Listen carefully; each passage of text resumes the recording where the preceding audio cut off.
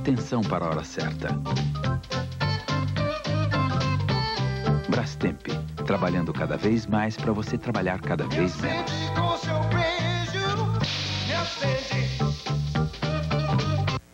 Atenção, emissoras da Rede Globo. 5 segundos para o próximo programa.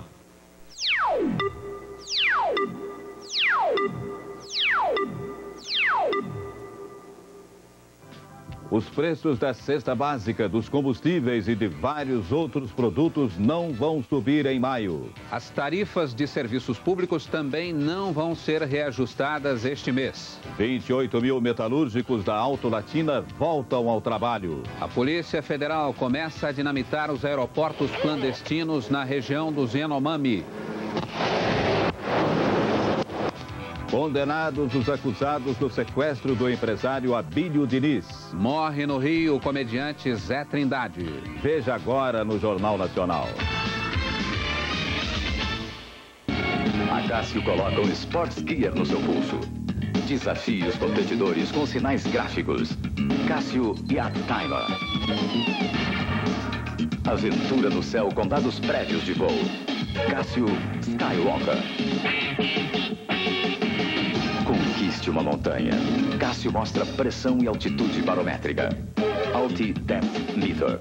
Cássio Sports Gear de alta tecnologia. Perfeito. Não fique aí surpreso de ver uma mulher fazendo um comercial sobre investimentos. Afinal, se tem alguém que entende de economia nesse país, são as mulheres. Em casa, nas ruas, no trabalho. Por isso, siga meu conselho. Aplique em renda fixa Bradesco. Você aplica hoje e já sabe o quanto vai ganhar. Em matéria de economia, quem está dando o recado são as mulheres. Renda fixa Bradesco. O papel do momento.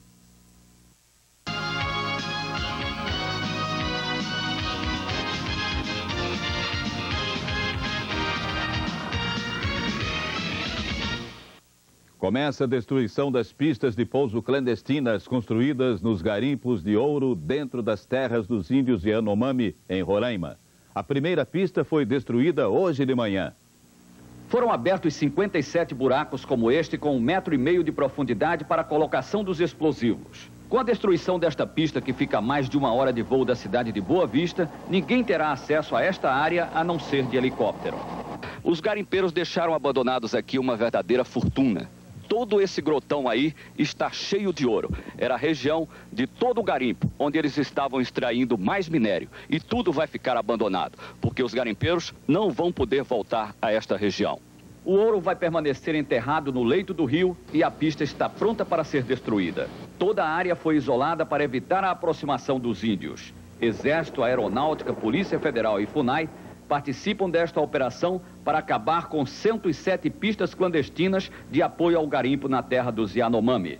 O diretor da Polícia Federal, Romeu Tuma, chega à selva para assistir à explosão da primeira pista. Nós vamos precisar manter uma vigilância e a FUNAI uma permanência sempre atual, porque se nós abandonarmos, tranquilamente eles tentarão voltar, visto as riquezas sobre esta terra de minerais raros é enorme.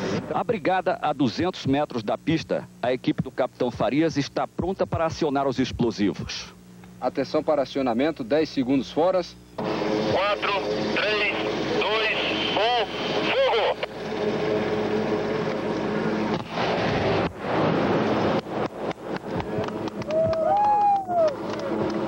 Em menos de 10 segundos é destruída a maior pista dos garimpos de Roraima, que levou quase 1 ano para ser construída, a um custo aproximado de 20 milhões de cruzeiros. Acompanhe a explosão de outro ângulo com imagens gravadas do helicóptero. Foram usados 700 quilos de explosivos ao longo da pista.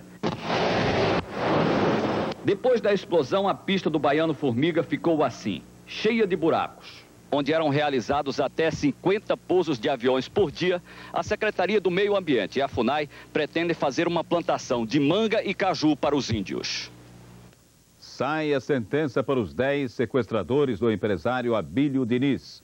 Todos eles foram acusados de extorsão mediante sequestro. Abílio Diniz foi sequestrado no dia 11 de dezembro do ano passado e libertado 6 dias depois. Durante o sequestro, o empresário ficou escondido nesta casa na zona sul de São Paulo. Os sequestradores não tiveram tempo sequer de pedir o resgate. Na noite de 16 de dezembro, a polícia prendeu 2 chilenos e o líder do grupo, o argentino Humberto Paz. Ainda de madrugada, os policiais cercaram a casa onde estavam o empresário e os outros 7 sequestradores. Depois de 35 horas de negociação, eles libertaram o refém e se entregaram. Eram 3 chilenos, 2 canadenses, 1 argentino e 1 brasileiro, Raimundo Costa Freire. Todos foram levados para a penitenciária do estado. 9 dias depois, na presença do juiz, 7 sequestradores negaram a participação no sequestro. Os outros 3, Humberto Paz, o irmão dele Horácio e o brasileiro Raimundo Freire, disseram ao juiz que o sequestro foi feito para arrecadar dinheiro para um grupo político que tinha como objetivo ajudar os pobres da América Latina. Os advogados de defesa dos sequestradores pretendiam que o sequestro do empresário Abílio Diniz fosse considerado um crime político e a quadrilha julgada pela Justiça Federal. Mas isso acabou não acontecendo. O juiz Roberto Caldeira Barioni, da primeira vara criminal da Justiça Estadual, considerou que os sequestradores, muito provavelmente, agiram sob motivação política, uma vez que pretendiam usar o dinheiro do resgate para financiar organizações no Chile e na Argentina.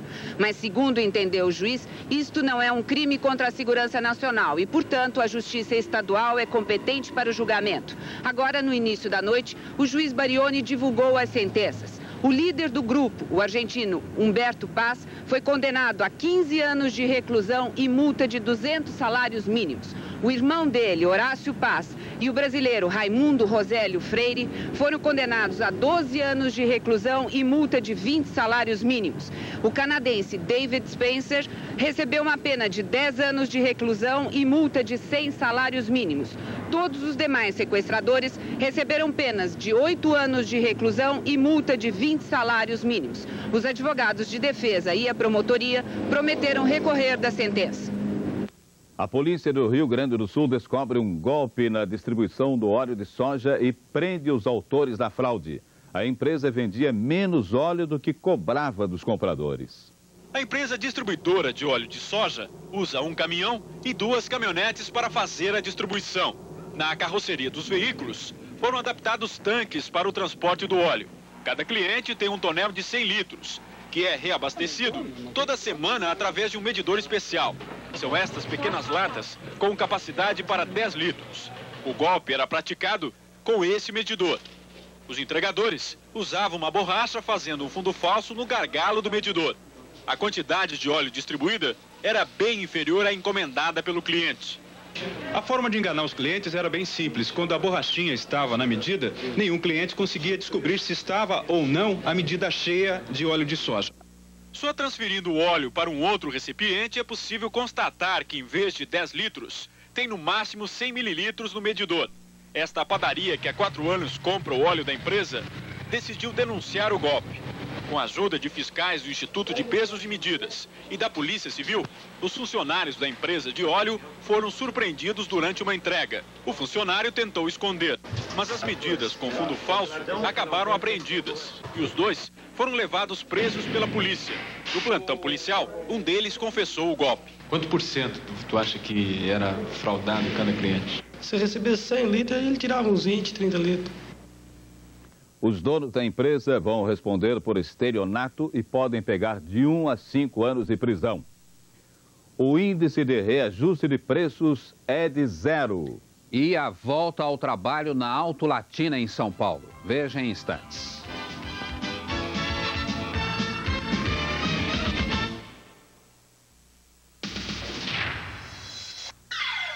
Lava, lava, lava. Seca, seca, seca.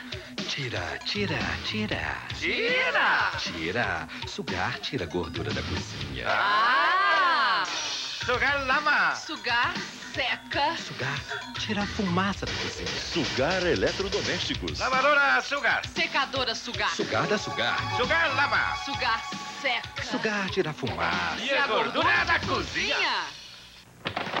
A gente compra o hambúrguer que o filhinho gosta, o bolo que a filhinha gosta, a salsicha que o maridinho gosta, mas tudo isso com a qualidade que a mamãe gosta. Sadia. Depois, prepara tudo com muito carinho e aí vem... Mãe! mais! Parabéns, querida. É isso que vale. Minha casa, meu marido, meus filhos e a confiança que eu tenho na Sadia.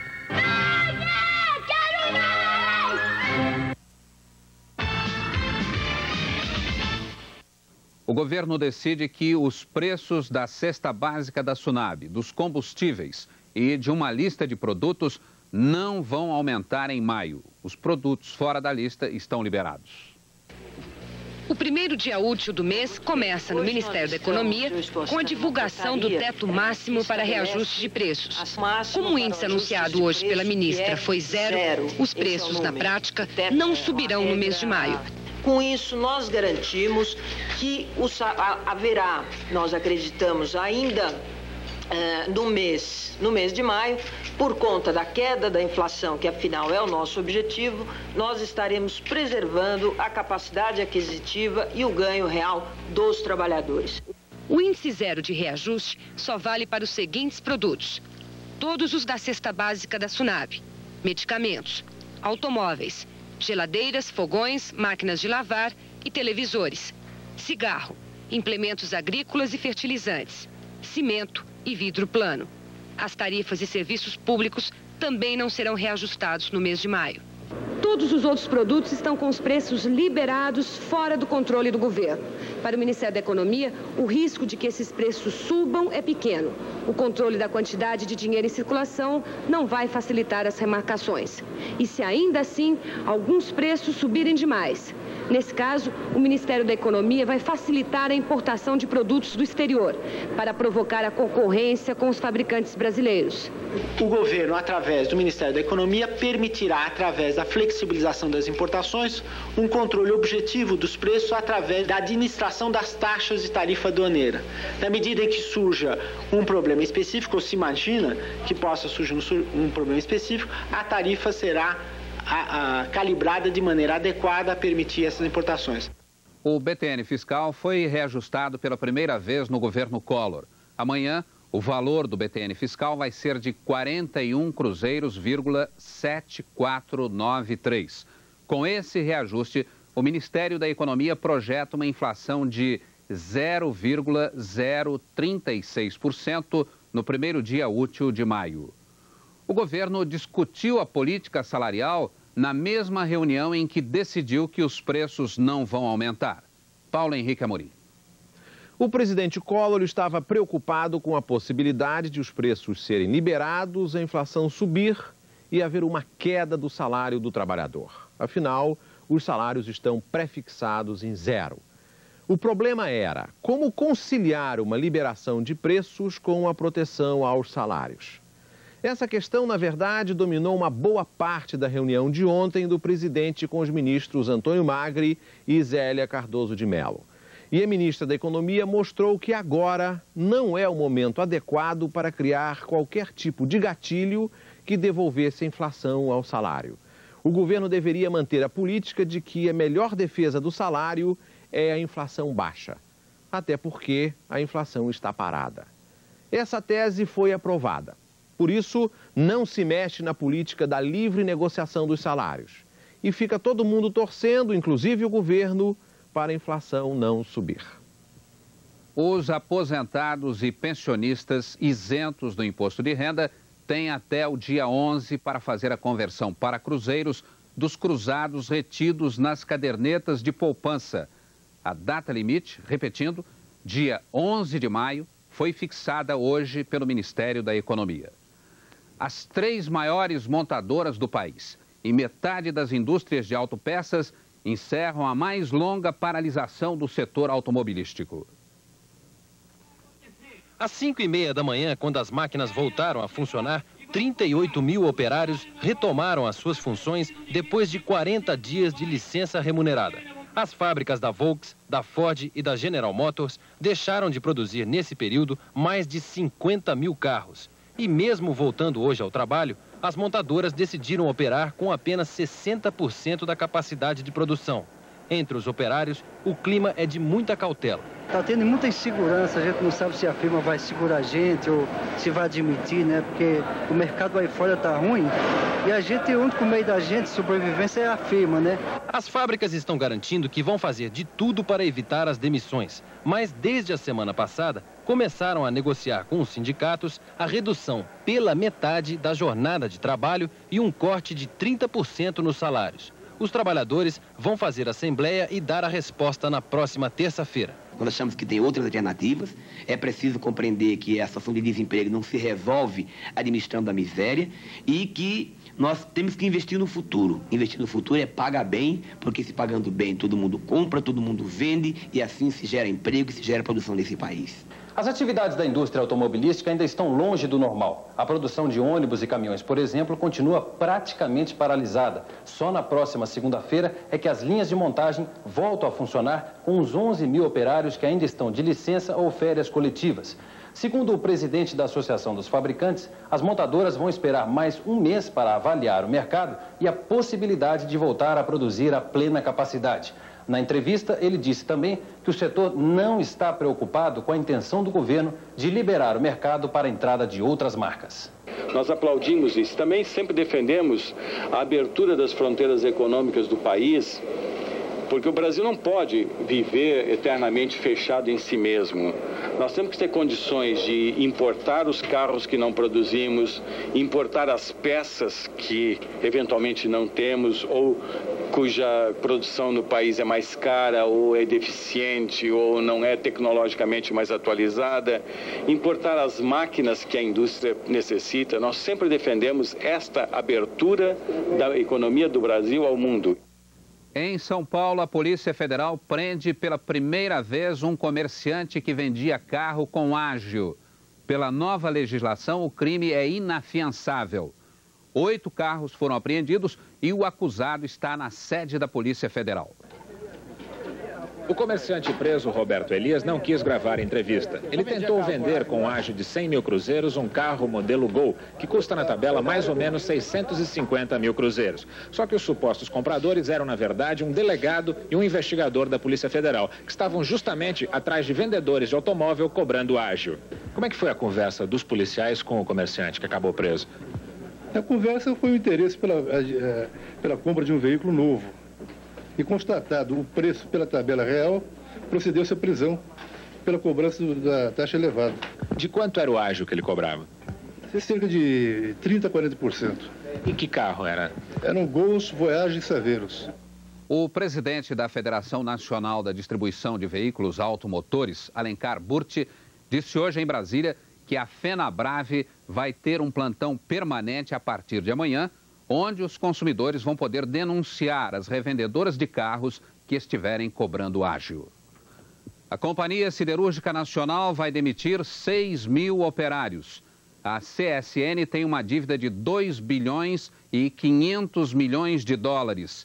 A redução de 20% no número de empregados faz parte do programa de saneamento da empresa, que vai ser a primeira estatal a ser privatizada no governo Collor. O problema hoje é o saneamento, é salvar a empresa que está absolutamente quebrada. Vai ter um programa sério de saneamento que implica revisão de todos os contratos de compra e venda, revisão de todos os cartéis de venda de produtos e um volume razoável de demissões. O presidente da CSN disse que as demissões devem começar daqui a uma semana. Em Recife, mais de 10 mil pessoas entram na fila para se inscrever num concurso da Companhia de Transportes Urbanos. São 400 vagas. Durante todo o dia houve confusão na porta da empresa. Desde cedo já tinha muita gente em frente à empresa. Muitos candidatos estavam esperando desde ontem à noite e as filas chegavam a dobrar o quarteirão. À tarde, a polícia foi chamada para tentar organizar as filas, mas a confusão continuou. A polícia teve que usar força para impedir tumultos. Houve violência. As inscrições para o concurso terminam amanhã e a empresa acredita que muita gente vai dormir na fila. Os salários oferecidos são de 12 mil cruzeiros para motoristas e 5.500 para cobradores. Careca e Alemão se apresentam à seleção brasileira. E a morte do ex-zagueiro da seleção, Djalma Dias. Você vai ver daqui a pouco.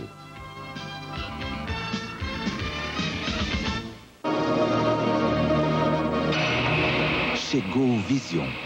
Uma nova linha de panelas que você nunca viu antes. Vision é feita de um revolucionário material transparente.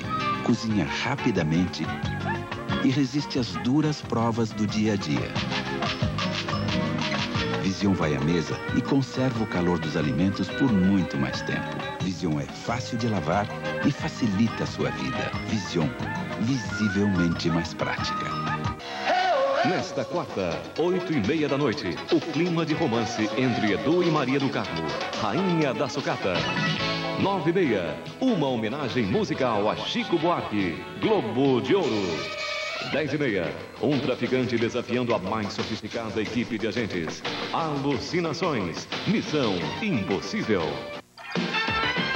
A Globo 90 é nota 100.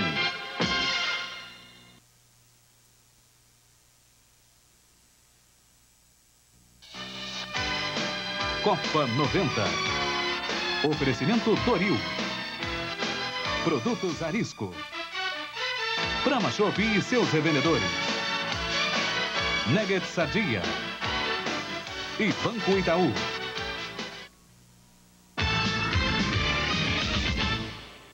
Sequestrado na Colômbia, um senador do partido do governo. O senador liberal Román Gomes foi levado por 3 homens que interceptaram seu carro numa estrada no interior do país. A polícia suspeita dos guerrilheiros do Exército Popular de Libertação. Na onda de violência que assola o país, 2 policiais foram metralhados hoje numa rua de Medellín. Lá mesmo, 2 postos da polícia explodiram, deixando dezenas de feridos. Manobras militares dos Estados Unidos no Caribe provocam uma resposta de Cuba no mesmo calibre. A Força Naval Americana está desde domingo na região da base de Guantánamo, a 900 quilômetros de Havana. Hoje, o governo de Fidel Castro disse que o país enfrentava uma situação perigosa e anunciou que as Forças Armadas cubanas estão entrando imediatamente em manobras. O professor norte-americano que ficou sequestrado 3 anos e meio no Líbano revela: pelo menos 4 reféns estrangeiros estão vivos e bem de saúde. O professor Frank Reed está em observação numa base militar dos Estados Unidos na Alemanha Ocidental. Da sacada do quarto, ele falou com os jornalistas. Frank Reed se encontrou durante o sequestro com o jornalista inglês John McCarthy, o professor irlandês Brian Keenan, o professor norte-americano Thomas Sunderland e outro refém chamado Terry. Ele não soube dizer se era o jornalista norte-americano Terry Anderson ou o religioso inglês Terry Waite, e admitiu estar constrangido por ter sido solto antes. Depois da libertação de Frank Reed, restam pelo menos 19 estrangeiros sequestrados no Líbano. Um erro da justiça sueca vai custar caro. Christer Pettersen, o homem que foi condenado pelo assassinato do ex-primeiro-ministro Olof Palme e depois absolvido, receberá uma indenização. Pelos 10 meses que ele passou na cadeia antes da absolvição, Pettersen vai ganhar $50 mil, quase 4 milhões de cruzeiros. Começa na África do Sul uma histórica negociação entre o governo de minoria branca e o Congresso Nacional Africano, representando a minoria negra, ou a maioria negra do país. Nelson Mandela chefia a delegação negra. Na abertura do encontro, o presidente Frederic de Klerk disse que as soluções democráticas devem ser conduzidas num clima de paz e nunca de violência. Para o líder Mandela, a paz e a estabilidade só poderão ser conquistadas com o fim do apartheid. Terminou dizendo que os negros querem mudanças agora e não amanhã. Nos Estados Unidos, uma festa de casamento começa com um atropelo de última hora. A charrete dos noivos tomba a caminho da igreja. Veja como foi. O charreteiro perde as rédeas do cavalo, que vai de encontro a um carro estacionado. Reveja a cena, que foi filmada por um cinegrafista amador. A charrete bate no carro e vira. Ninguém se machucou, foi só mesmo o susto. Pouco depois, de roupa trocada, a noiva preferiu ir a pé para a igreja ortodoxa grega, onde foi realizado o casamento. Divulgado o laudo sobre a morte do jogador Wagner, do Paraná Clube.